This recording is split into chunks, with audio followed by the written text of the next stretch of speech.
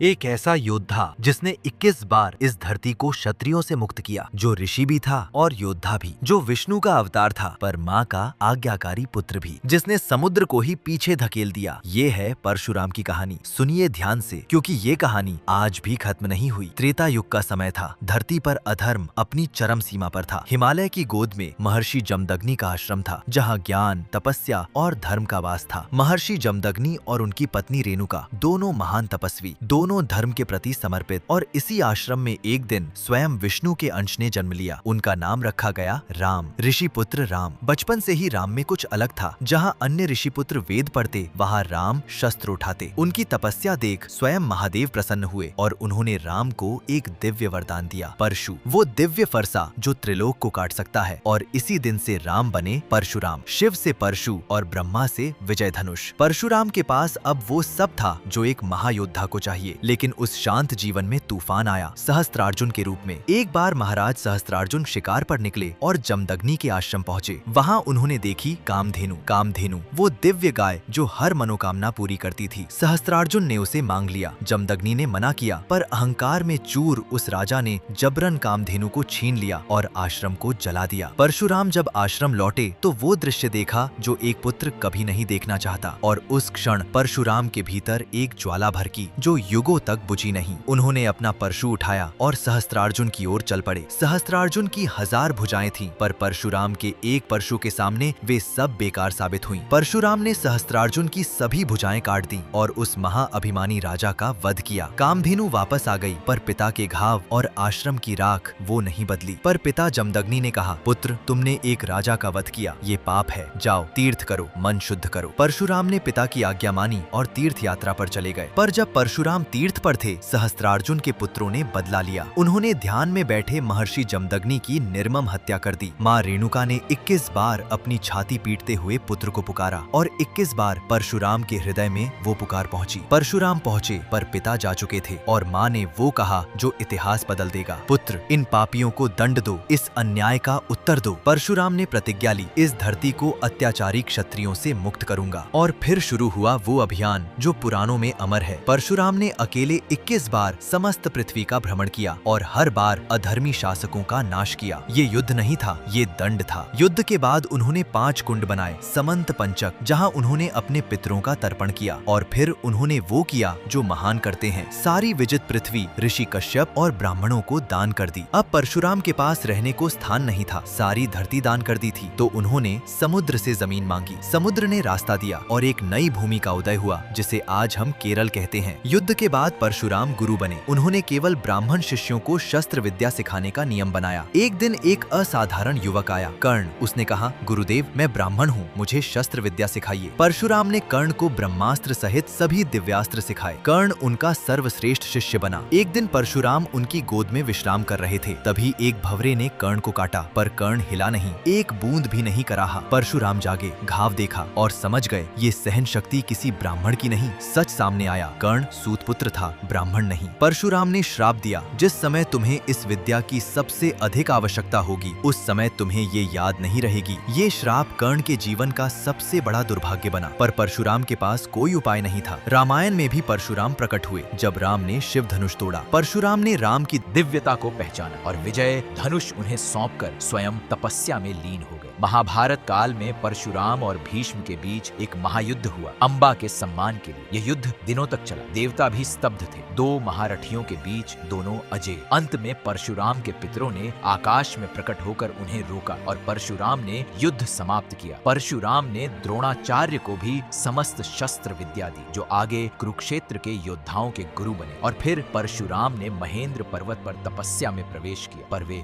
मरे नहीं। परशुराम 7 चिरंजीवियों में से एक हैं जो इस कलयुग में भी जीवित हैं। शास्त्रों के अनुसार कलयुग के अंत में जब भगवान कल की अवतार लेंगे, परशुराम उनके गुरु होंगे। वे आज भी तप में लीन हैं महेंद्र पर्वत पर, इंतजार में उस अवतार का जिसे वे गुरु दीक्षा देंगे। परशुराम जो ऋषित, जो योद्धा थे, जो पुत्र थे, जो गुरु थे, उनकी कहानी सिर्फ बीते युग की नहीं है, यह उस सत्य की कहानी है कि शक्ति और ज्ञान का संगम ही सच्चा धर्म है। जय परशुराम, जय महेंद्र पर्वत के तपस्वी, जय विष्णु के छठे अवतार। अगर आपको परशुराम की यह कहानी पसंद आई तो हमारा अगला वीडियो होगा वामन अवतार पर। सब्सक्राइब करें, बेल आइकॉन दबाएं और मिलते हैं अगले अवतार में।